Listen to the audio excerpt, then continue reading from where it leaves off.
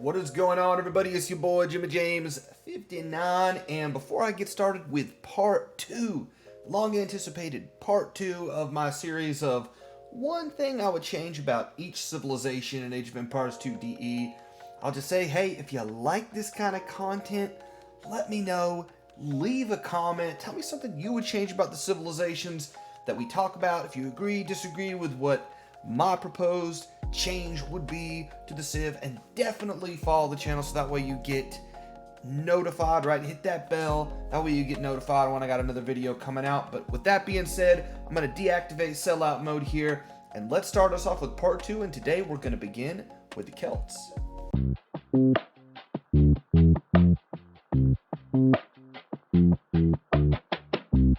So the Celts are an awkward civilization, I think, and they're a civilization that has a few things that to me that just don't make sense, and I'm going to try and merge them into one change here. So I think the strongholds technology just to me does not seem in keeping with the civilization's playstyle. The fact that the civ misses bracer means that their castles and towers really aren't that effective anyways, and the strongholds technology, which increases their firing rate, I just don't think really works for them. The second aspect here, though, of the Celts that I don't think exactly works for them is that it's strange that they can train hussars and paladins, two dominant cavalry units, and they barely can use them because they're missing the last armor and missing bloodlines, right? You got to think about this civ when it came out back in the day, when there was no bloodlines, right? There were no halberdiers. I think that Celt cavalry is meant to be used in melee. I think it's just meant to be weak to archers. So the change that I would do is just scrap strongholds and instead give their stable units additional melee armor, right?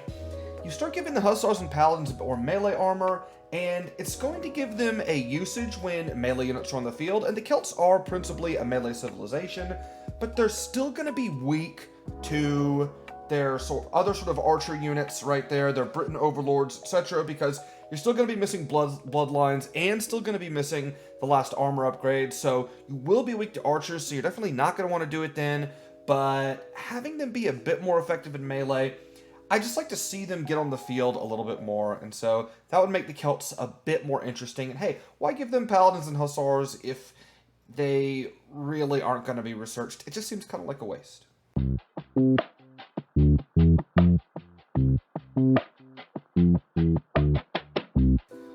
Okay, so the Chinese. Now, the Chinese tech tree is just insane. It's an incredibly flexible tech tree, but it's also very high quality, right? Which makes it different from a civilization like the Byzantines, which I covered in the last video.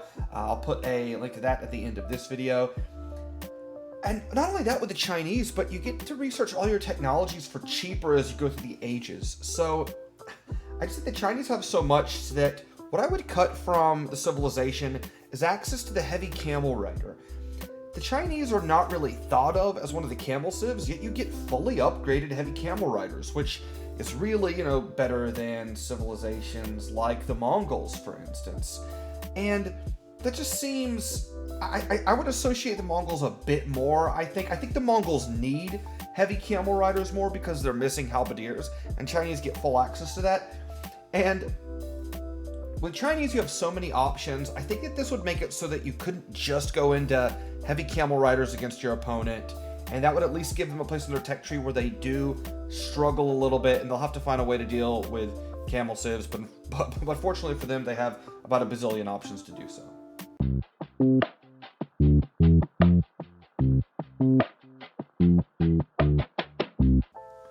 All right, now this is going to kind of mirror the Chinese suggestion I just made, in that I would like to see the Cumans gain access to the heavy camel riders.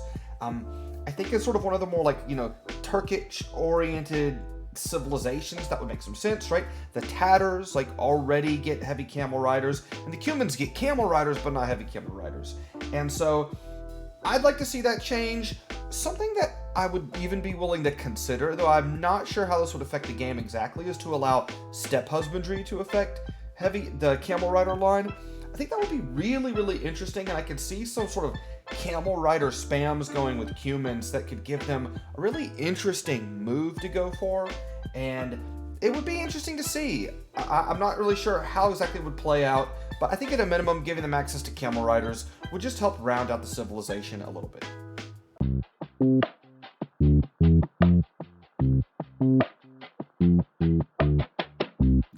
All right, Dravidians. I think this is going to be my most controversial and definitely most expansive take here. So, I'll just put it up front with Dravidians. I would like to see them have the unique distinction of receiving the knight line, getting both knights and cavaliers, and with that unit, getting husbandry and plate barding armor, so it would be missing bloodlines, right? This would do a couple things. First, it would make the Bengalis very unique for being the only civilization that doesn't have access to knights or camels, which would be cool. And it would also give the Dravidians a distinction, uniquely, of being the only Indian civ with knights. Now, in terms of the civilization, I think this would fit in really nicely with the identity of the civilization and some of the other comparisons that we have to the Dravidians in the game from outside of the Indian subcontinent. Thinking about the civs' identity, I think that they are sort of the glass cannon civilization, right? Their elephant archers are high damage, high DPS, but they don't quite have the HP, missing bloodlines, missing Parthian tactics, right? Missing a little armor there too. Arbalists, which are kind of their bread and butter, that's another low HP unit, and relying on the champion line, or even their unique unit, the Arumi Swordsman, which does a lot of damage at once with the charge mechanic. I think that we do have this idea of them. They are kind of a glass cannon civilization. Now, the thing about this sort of glass cannon aspect here is that one of the problems that Dravidians have, and Dravidians do have one of the lowest win rates in Arabia, so they really need some help. And where Dravidians are strong is in the early game, but once they get to the mid game, it really peters out. And by the time they get to Imp, they're so far behind, it's just not looking good for them. So they need a pretty decent option in the mid game to help them get late. I think having knights without bloodlines, keep in mind, would be a decent option in the mid game that they could go for. Why? Well, because in Castle Age, they're still going to lose to some of the other more proper knight civs that do have bloodlines. Now, think about this, and think in terms of the comps to Dravidians. I really think Japanese is probably the best comparison with the civ. Japanese get strong infantry, have a really good early game wood bonus. The Japanese power falls off late as well, right? And I really don't think the problem with Dravidians is so much their Imperial Age. I mean, their Imperial Age is a little weak, but that's fine, right? It's fine to have a civ, especially with a really nice, good early game wood bonus, have a weaker Imperial Age. But you need to have something in the mid game, right? So it's not just a dramatic fall off. And you think about the Japanese.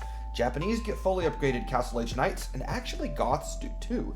Now, with Dravidians, right, I think don't give them bloodlines, because that way that would make them a little bit too close to a cavalry civ. But the thing that makes this fit into the glass cannon identity with Dravidians is the fact that Woot Steel affects stable units, right? And so that would mean that in the late game, you could have, right, these pretty high DPS cavaliers that you could get out there on the field. And that would be a really interesting option for raiding and things like that. But it would just have an issue to where, you know, you wouldn't have bloodlines, and so they would still be a little bit weaker. Again, it would fit that glass cannon profile. The particulars of this, again, I think you can kind of change around, you know, whether plate barding armor maybe is a little bit too much, or maybe it would be better to give them bloodlines and not plate barding armor, maybe take away husbandry. Again, you can sort of debate the margins around this, but again, the basic suggestion, right, give them the knight line, give them some kind of glass cannon that has mobility for the civilization, and that way they have at least one sort of mobile unit. I think would help the civ out a lot. And again, it's not at all uncommon for even infantry civs or archer civilizations to have a unit that has some mobility, whether it's, say, something like knights or cavaliers, right? You could think of Japanese, Goth, and Italians that all have that. Even Vikings, with some of the worst knights in the game, often tend to go for knights in the mid-game because of their strong economy. So I don't think it would be crazy for the Dravidians to also have, right, a kind of glass cannon option for themselves.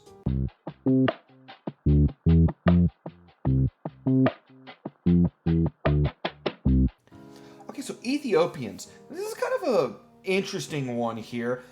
Give them a team bonus. I'd like to see their team bonus change. Right now, it's that towers and outposts give you a lot more line of sight, but I think that those buildings already have a ton of line of sight anyways, and so it's nice. Vision's really important, but I'd like to see something that affects the gameplay a little bit more. So here's my suggestion.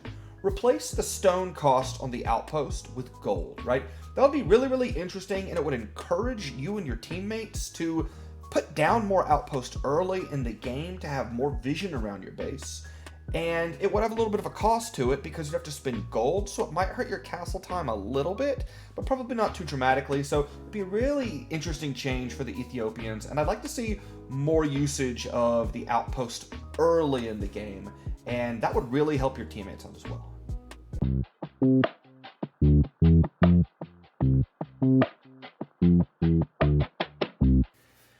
Okay, Franks. It's always tough to suggest something with the Franks, and so this is probably one of the ones that I'm least confident about. So it's kind of a two-part because, again, I want to change the technology, which means we have to give them something else.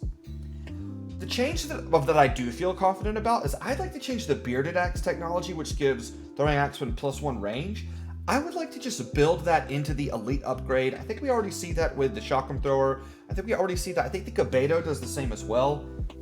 Build it in. I think it hurts usage of the unit to actually have to pay for having more range. So we got to change it. Okay. And again, it's tough to make a change, right? Because if we're going to make a change to a technology, then it has to be something decent for the civ, right? And Franks are already so good. So hear me out on this. Franks have a really difficult matchup against cavalry archers, and they don't have a great response to it, right? Because cavalry archers in the mid-game, you get a big mass of them, and they really hurt knights. Frank skirms are not that great, so what do you think about this, right? Frankish light cavalry, which is already not that great, right? What if you gave them a technology that allowed them a little bit of bonus damage versus cavalry archers, right? Maybe +2, +3, +4, I don't know. And what that would do is that it would give the Franks an option with the chivalry technology to try to beat back cav archers. But because the Frankish light cavalry is already pretty weak, then those heavy cav archer hussar armies should still actually do pretty well against Frank light cav, because again, the light cav are A, going to have to catch the cav archers to do the damage, and that can be kind of hard, and B, they should lose to the hussars of, you know, those strong cav archer civs like Magyars, Tatars, Turks, etc. I think this would kind of profile a little bit historically, and when we think about, you know, the Frankish battles, you know, with the Moors and etc., right? Again, I may be getting some of the history wrong, but the Franks, you know, did have some battles with some of the more North African civilizations, you know, that such as, you know, like the Berbers, they may cover that territory, right? They do have, you know, cav archers. So I don't know, it would be an interesting thing. I think that I will say I like that Franks do have a tough matchup against cav archers. But maybe we could give them something that they could go for and get to under the right conditions while still making that a weakness.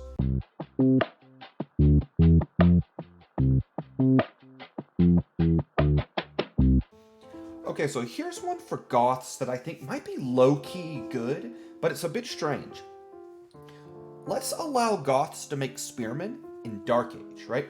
Goths are all about getting to the late game, and so you want to think about how to get there. Maybe we help them get there a little bit.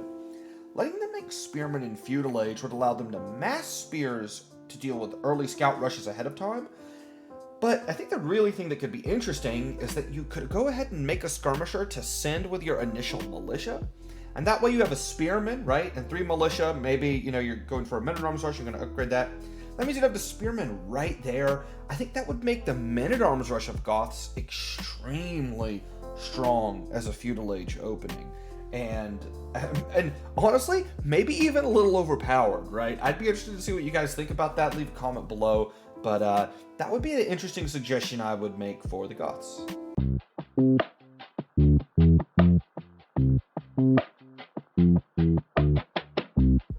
Okay, so the chakram thrower. The thing about Gurjaras is they seem to have an answer to everything, right? You have top 3 camels, really, that deal with cavalry. You have the Sharvamsha rider, which is an interesting counter to archers.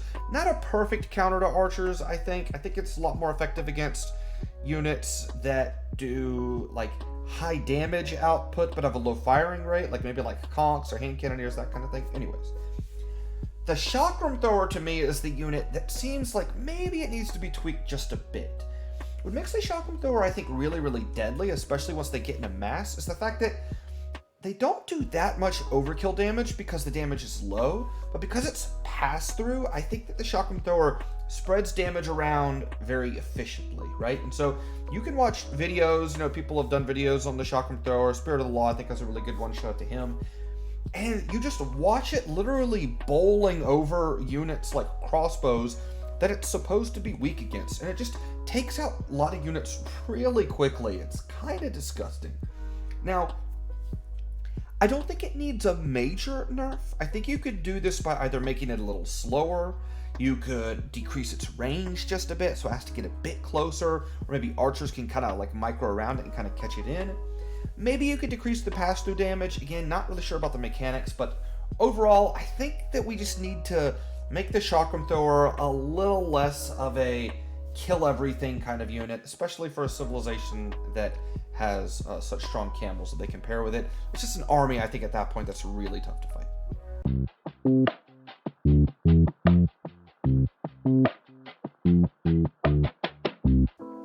Alright, last but certainly not least are the Hindustanis.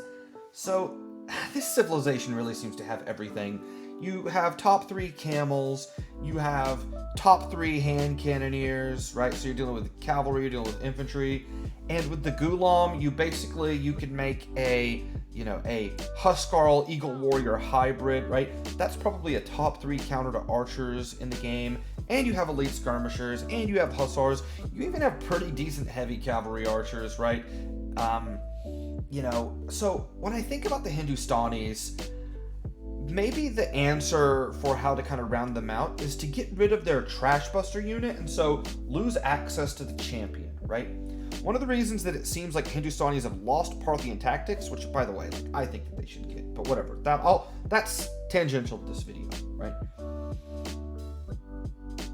The alleged sort of rationale behind that is that hand cannons, right, are kind of being incentivized to play for, right, to deal with infantry, people going mass halberdiers and such.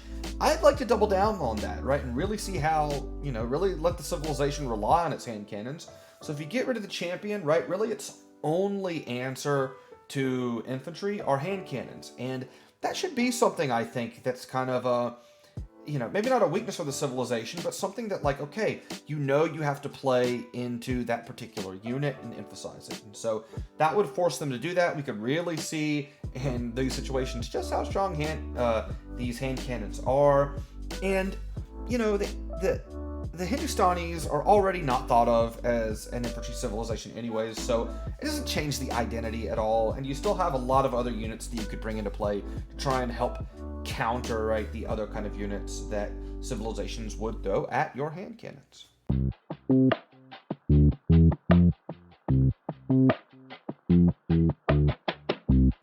Alright folks, so that's it, right? That is the part 2 of this video. I'm going to try to get part 3 up probably sometime about a week from today, so be on the lookout for that. With that being said, I'm Jimmy James 59, right? And I will see you guys out there on the ladder. Go get out there, like this video, follow the video, and then get your game on.